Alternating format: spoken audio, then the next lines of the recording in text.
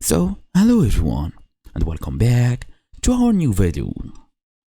Edge has become a Copilot delivery system, and if you are not a big fan, it can feel like the browser is working against you. The Copilot button is in the toolbar, as you see here.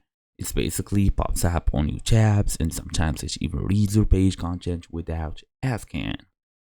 You can turn off most of Copilot's presence in Edge, but you will need to visit a few different settings pages. So here is how to do it. First and first, we're gonna go and try to hide the Copilot button by opening Edge. Click on the three dots in the top right corner so we can access settings. Okay, whatsoever. So we have here, we're gonna go all the way to settings as you see. Then we have default browser, privacy, searches. For example, here we're gonna go and look for some options. Anyway, show Copilot button on the toolbar. As we see here, we have Copilot and AI. Show Copilot button in toolbar.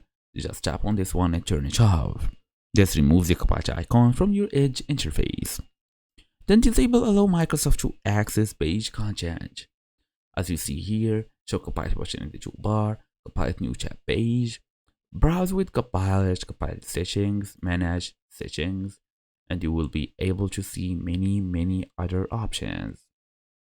Voice languages, voice vision connectors, and all of this. Whatsoever. You can also disable context clues and personalization. You can manage Copilot actions, site permissions, or you can even turn off the Copilot new chat page as I showed you here. Anyway, so that's basically the whole idea. Thank you all for watching and I'll see you all in the next video.